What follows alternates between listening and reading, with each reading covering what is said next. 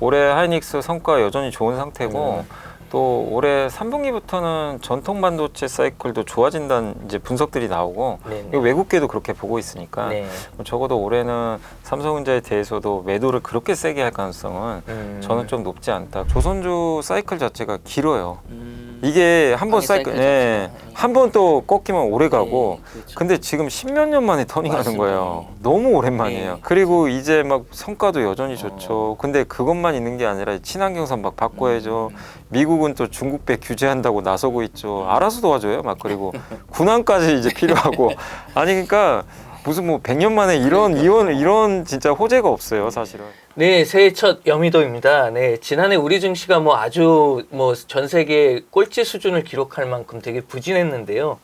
뭐 이걸 좀 만회라도 하는 걸까요? 네, 코스피 지수 수익률이 1월 2일부터 이제 지난 15일까지 4.08%를 기록했는데 이게 글로벌 주요국 1위라고 하더라고요. 이제 아무래도 정치적 리스크가 좀 정점을 지나고 있고 올해의 그 경기 둔화 가능성을 좀 선반영했다 이렇게도 볼 수 있을 것 같은데요. 이사님 좀 어떻게 보시나요?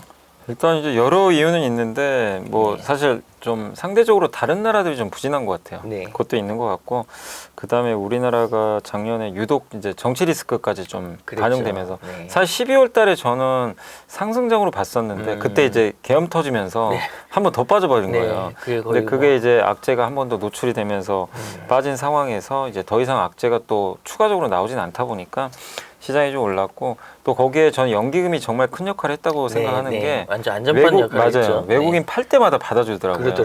그러니까 이제 증시가 단단했고 근데 외국인이 사면 또 급등해버리고 그런 이제 아주 긍정적인 효과가 나왔고 또 트럼프의 그 관세 정책이 이제 좀 세게 나오지 않을까 좀 공포가 있었잖아요.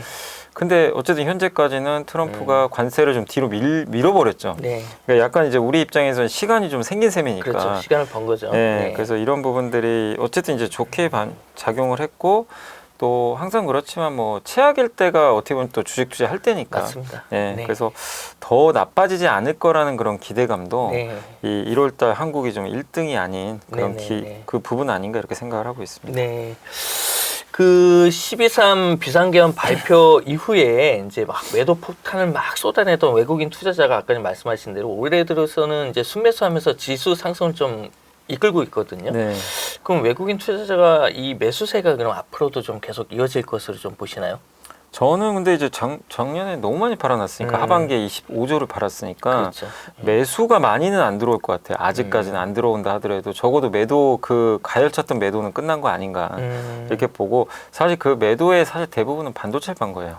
거의 다 반도체이기 때문에. 근데 올해 하이닉스 성과 여전히 좋은 상태고 또 올해 3분기부터는 전통 반도체 사이클도 좋아진다는 이제 분석들이 나오고 외국계도 그렇게 보고 있으니까 적어도 올해는 삼성전자에 대해서도 매도를 그렇게 세게 할 가능성은 저는 좀 높지 않다. 그리고 또 매도했던 배경이 달러가 너무 강했잖아요. 근데 트럼프의 정책은 달러를 약화시키는 게 또 본인이 원하는 정책이거든요. 그래서 아마 트럼프가 아마 달러가 세질 때마다 또 한 번씩 누르려는 그런 얘기들을 할 가능성이 저는 있다고 생각합니다. 물론 이게 실현 가능성은 높진 않아 보이지만 옛날에 일본과 플라자 합의한 것처럼 요새 나오는 뉴스가 말어라고 해서 이제 시진핑하고 한번 이제 얘기를 해서 그 위안화 절상시켜버리자. 가능할지 모르는데 그게 근데 외국 언론에서 나오더라고요. 실제. 조금씩 나와요. 근데 만약에 그게 되면 위안화가 엄청 올라 버리는 거니까 달러는 급나가는 거죠. 그러니까 그런 걸 또 트럼프가 원하지 않겠냐 그런 얘기도 나오니까 그러니까 적어도 작년에 너무 강했던 그 달러가 올해는 좀 제어되지 않겠냐. 그리고 중국도 부양책 쓰면 적어도 위안화도 아주 초약세로 가지는 않을 것 같아요. 그리고 이제 오늘 저희가 이제 방송하는 시간에 그 BOJ가 금리를 어쨌든 올렸잖아요. 어쨌든 일본이 통화 정책을 정상화 이제 계속 할 것 같아요. 이것도 그 달러를 약화시키는 요인 중에 하나니까 이렇게 보면 외국인 투자자들의 그러니까 저는 매수세보다도 적어도 이제 그 매도는 거의 끝나간 거 아닌가 이렇게 생각을 하고 있습니다. 그러니까 뭐 관성에 의해서 어느 정도 매물이 좀 나올 수는 있겠지만 그 강도는 현격하게 좀 줄어들 것이다. 그렇게 보시는군요. 그러면 올해 증시 반등 조건은 어떻게 뭘로 보시나요? 올해 이제 증시 반등에서 가장 이제 중요한 건 역시 우리 한국 입장에서 보면 한국은 어쨌든 반도체를 파는 국가니까 반도체 사이클이 돌아와야 돼요. 돌아와야 되죠. 어찌됐건 AI뿐만 아니라 네. 전통 반도체 사이클 그게 돼야 삼성이 좋아지는 그렇죠. 거잖아요. 네. 그래서 삼성전자가 그런 면에서 좀 뭔가 좋은 모습 보여줘야 되고 또 한 가지가 그런 사이클 말고도 삼성전자가 자체 경쟁력을 보여줘야죠. 그렇죠. 지금 너무 네. 하이닉스에 비해서 네. 지금 못하고 있잖아요. 네. 사실 기회는 되게 많거든요. HBM 네. 고객사 맘만 먹으면 많은데 그게 지금 경쟁력이 떨어지니까 지금 잘 안 되고 있고 네네. 파운드리도 얼마나 고객사 이제 많아질게요. 네. TSMC 혼자 하지만 지금 AI 반도체 만들고 싶어하는 고객들이 어마어마하거든요. 근데 거기에 지금 삼성이 못 들어가는 게 좀 안타까운데 근데 그게 어쨌든 잘 좀 또 조직을 재정비해서 잘 한다면 기회는 또 생기는 거니까 그런 것들을 좀 뭔가 조금이라도 보여줄 수 있는 네. 그게 나와야 네. 삼성이 살아나면서 우리나라 코스피도 좀 살아날 수 그렇죠. 있다. 예. 근데 삼성이 근데 또 못 갈 수도 있잖아요. 네. 그럼 못 가느냐? 그건 네. 아니고 네. 삼성이 그렇다고 적어도 크게는 안 빠질 것 같아요. 네. 못 올라갈 수 있다고 쳐도 음. 이미 한 번은 바닥을 찍어놨기 때문에 그러면 코스피가 올라가려면 삼성을 제외하면 밑에 있는 게 올라가줘야 되거든요. 그렇죠. 근데 LG엔솔이 가긴 좀 쉽지 않죠. 환경상. 그러면 네. 2등인 하이닉스랑 지금 4등이 삼성바이오예요. 이들이 레벨업을 한 번 더 해준다면 근데 이미 하이닉스는 지금 계속 좋게 보여주고 있고 네네. 최근에 다시 삼성바이오가 사상 최고가에 거의 근접을 예, 해줬거든요. 매출이 뭐 역대 사상 맞아요. 최대를 기록하고 실적 있더라고요. 좋죠. 네. 또 예. 중국을 만약에 미국이 규제해주면 그렇죠. 바이오 쪽 예, 최대 반사효과도 수혜주고 있으니까. 예. 그럼 저는 그 조심스럽지만 어쨌든 제 개인적으로는 올해 그 하이닉스가 2등인데 좀 시총차는 있지만 3등은 삼성바이오가 좀 가능하지 않을까. LG엔솔을 좀 이기면서 네. 지금 이제 시총차 별로 안 나더라고요. 네. 네. 근데 어찌됐건 삼성바이오 같은 기업들이 밑에서 쫙 올라오시면 바이오가 또 같이 가버리거든요. 그렇죠. 그럼 네. 시총이 일단 레벨업 되잖아요. 네. 전체 사이즈가.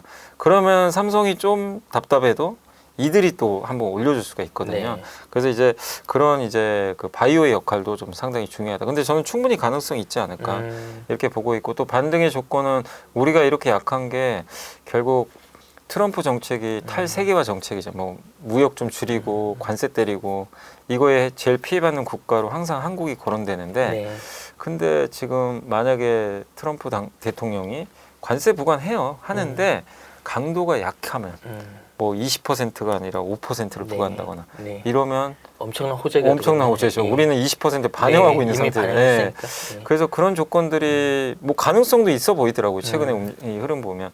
그러니까 그런 것들이 좀 가능해지면 저는 우리 한국 증시가 좀 예상보다 훨씬 많이 또 오를 가능성이 있고 마지막 조건은 이제 진짜 상법 개정이 될지. 그렇죠. 예. 요새 간간히 제가 며칠 전에 좀 놀랬던 게 HMM이 그 이 주주환원 정책을 발표한 네. 거예요. 정부 예. 거잖아요. 네. 사실은. 예. 근데 향후 1년 동안 번돈 2.5조를 네. 배당이나 자사주 매입 소각한다고 하는데 네. 지금 전환사채 물량 감안해서 시총 최대로 제가 계산해 네. 보니까 21조가 나와요. 어. 그러면 그거 딱 계산해 보니까 수익률이 11%가 찍혀요. 그렇습니다. 1년 동안. 네, 네. 그러니까 그냥 사놓으시면 네. 11%가 나오는 거예요. 네.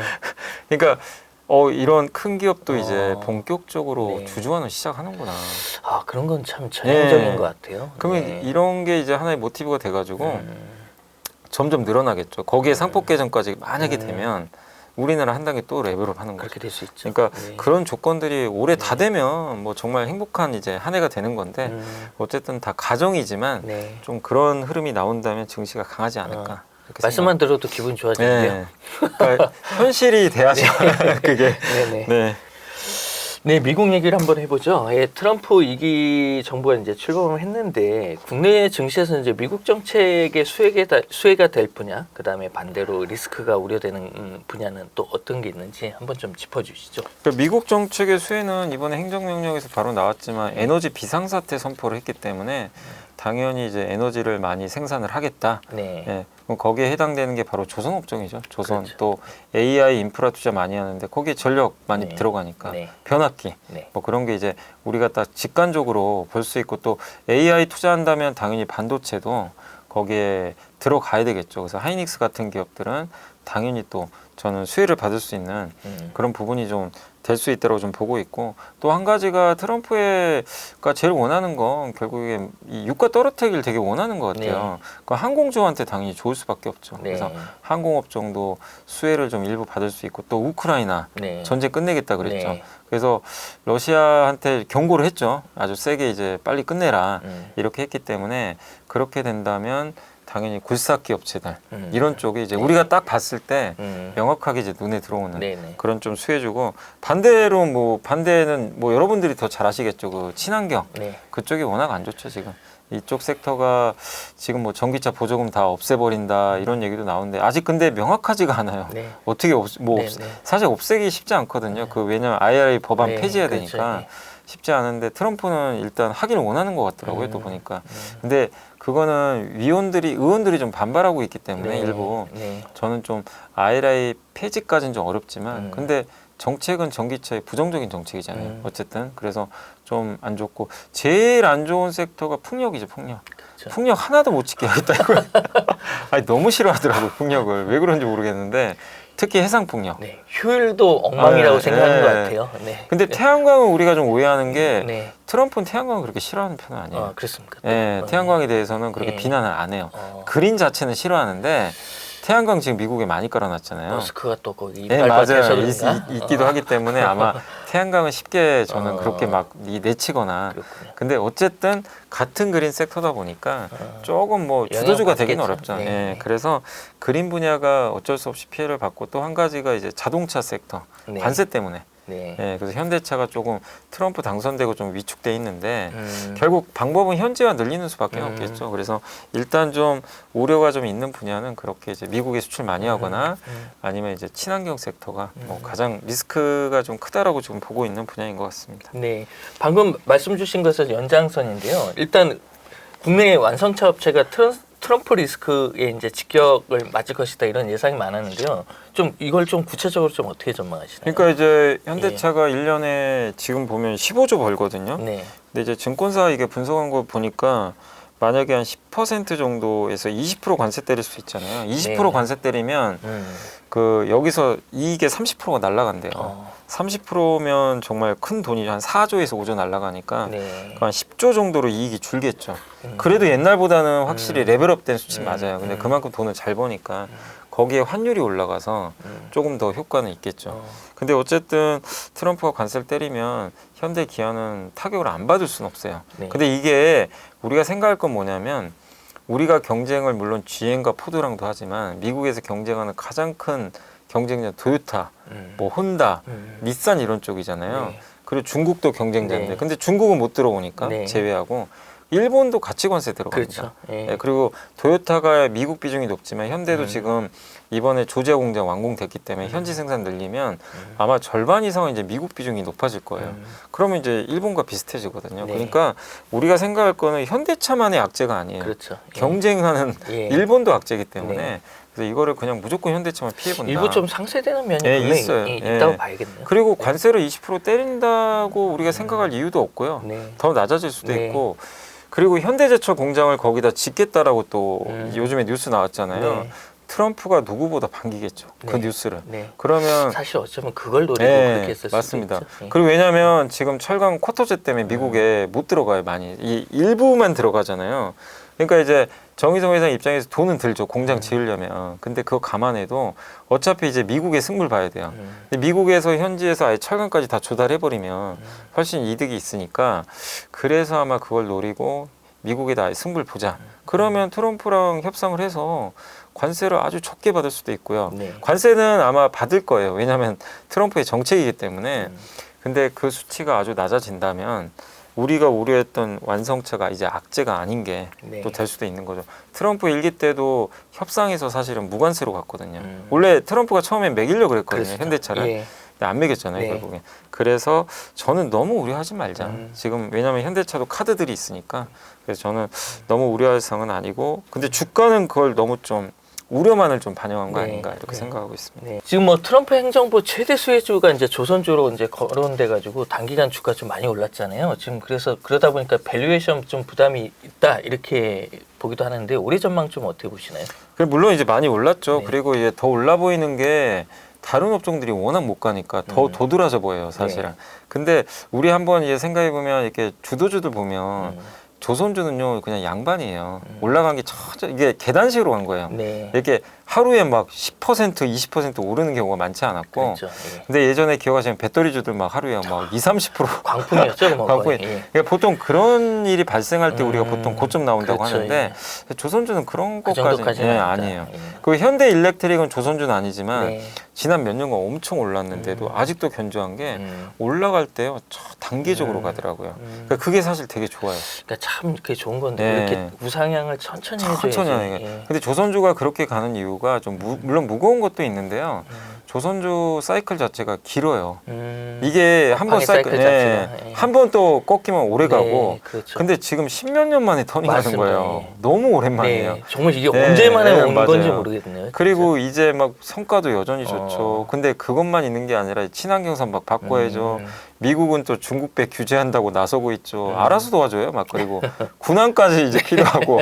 아니 그러니까 무슨 뭐 100년 만에 이런 진짜 호재가 없어요. 네. 사실은. 이렇게 이제 사이클이 뭐 좋은 상태에서도 계속 호재들이 계속 이렇게 이제 반영이 되다 보니까 상당히 이제 그 조선업종 주가에 당연히 그런 것들이 이제 반영되면서 좋은데, 근데 저는 오히려 좋은 게 이걸 막 한 번에 반영해서 막 급등하는 게 아니라 좀 올랐다 좀 쉬고 그리고 되게 앞으로도 오래 갈 것 같은 게 실적이 계속 뒷받침이 돼요. 네. 지금은 26년까지는 실적이 담보된 네. 예, 네. 업종, 수주가 예. 잡히고 있으니까요. 네. 그리고 지금 주도주의 특징이 어쨌든 간에 가장 이제 주도주의 특징 중에 하나가 미국이 중국 견제하는 것들이 주도주가 많이 됐어요. 2년 전에 기억하시죠? 배터리가 네. 그랬었잖아요. 그렇죠. 예. 근데 지금 조선은 우리가 규제해달라고 하지도 않았는데 미국이 알아서 해주겠대요. 네. 해주면 당연히 좋죠. 네. 왜냐하면 중국이 1등이니까. 그렇죠. 예. 그래서 미국이 못하는데 한국이 잘하는 거 있잖아요. 자기네들은 필요한데. 그러네요. 그 예. 가장 먼저 떠오르는 게 배예요. 배. 네, 그런. 그렇기 때문에 네. 이 트럼프 사이클에서 가장 저는 좀 수혜를 또 받을 수가 있기 때문에 그런 면에서 많이 올라서 좀 단기에 부담은 되죠. 부담은 되지만 쉽게 꺾일 사이클은 아닌 것 같다. 예, 이렇게 좀 생각은 하고 있습니다. 아, 그렇군요. 그럼 반대로 이제 시진핑 중국 국가주석이 이제 신년사 통해서 적극적인 이제 경기 부양책 실시를 이제 천명하지 않았습니까? 네. 이렇게 되면 이제 중국 경기 부양책에 대한 기대감이 유입될 수도 있는데요. 국내 증시 반등 호재로 또 작용할 수도 있는 거니까 여기에 대해서는 좀 어떻게 생각하시나요? 그러니까 최근에 보니까 그 중국의 국영 보험사하고 네. 그 자산운용사에 아마 지시를 내린 것 같더라고요. 주식 사라. 네. 네, 주식 이제 늘려라. 그 얘기는 경기 부양한다는 얘기거든요. 주식을 올려서 소득 이제 소비를 좀 늘리겠다는 의도고, 부동산 부양하기에는 좀 건들기가 너무 어렵잖아요. 네. 너무 안 좋기 때문에. 그래서 아마 부동산보다는 이제 약간의 주식시장 부양을 통해서 늘리려고 하고 있고, 그리고 올해 어쨌든 이제 다양한 부양책을 내놓으면서 아마 그동안 수출 밀어내기를 좀 너무 많이 했는데 올해는 아마 내수 부양에 초점을 맞추겠다라고 또 시진핑이 직접 언급을 했기 때문에 긍정적이고, 또 아마 100일 안에 트럼프 대통령이 가고 싶다 그랬거든요. 근데 뭐 시진핑 주석이 그걸 못 만날 이유는 별로 없는 것 같아요. 그렇죠. 서로 이제 만날 네. 가능성도 있기 때문에 그 상황에서 서로 제일 이제 중국도 좀 두려워하는 게 관세 60% 때릴까봐 네. 좀 두렵긴 한데, 일단 지금 처음에 10%만 하기로 했는데 사실 저희 생각보다 사람들이 놀랬죠. 그거밖에 안 한다고? 되게 너무 낮은 거 아니야? 네. 이제 이랬는데 어쨌든 이제 협상 여하에 따라서는 더 올라갈 수도 있고 네. 한데 생각보다 낮게 출발을 하긴 했어요. 근데 이것도 시진핑 입장에서는 좀 부담을 덜 수 있는 네. 그런 좀 내용이고, 또 최근에 중국에서 그 얘기들 많이 나오잖아요. 테일러 스위프트가 이제 콘서트를 할 수도 있다. 네. 그 얘기는 중국이 내수용하겠다는 거예요. 그런 이제 유명한 사람을 네. 콘서트를 하게 되면 관광 수요가 늘거든요. 그렇죠. 어쨌든 예. 예. 그것도 내수 부양의 일환이 될 수 있기 때문에, 그리고 무엇보다 이렇게 내수 부양하면 우리나라 기업들은 중국과 치열하게 해외에서 막 경쟁하잖아요. 수출 밀어내기가 조금 줄면 해외에서 좀 약간 그러네요. 이제 부담이 좀 완화돼요. 네. 하도 너무 싸게 파니까. 네. 근데 그 피해도 약간 완화가 될 수 있기 때문에 여러모로 한국한테는 정말 이건 좋네요. 예, 좋을 수밖에 없는 거죠. 그래서 근데 이거를 약속대로 강하게 할지가 이제 관건인 거죠. 예, 그동안 이제 한다고 했는데 생각보다 미진한 부분들이 있어서 그러니까 결국엔 이 약속을 중국이 지켜줄지 이런 정책을 하는 거를 네. 예, 그걸 이제 확인할 필요는 있다 이렇게 말씀드립니다.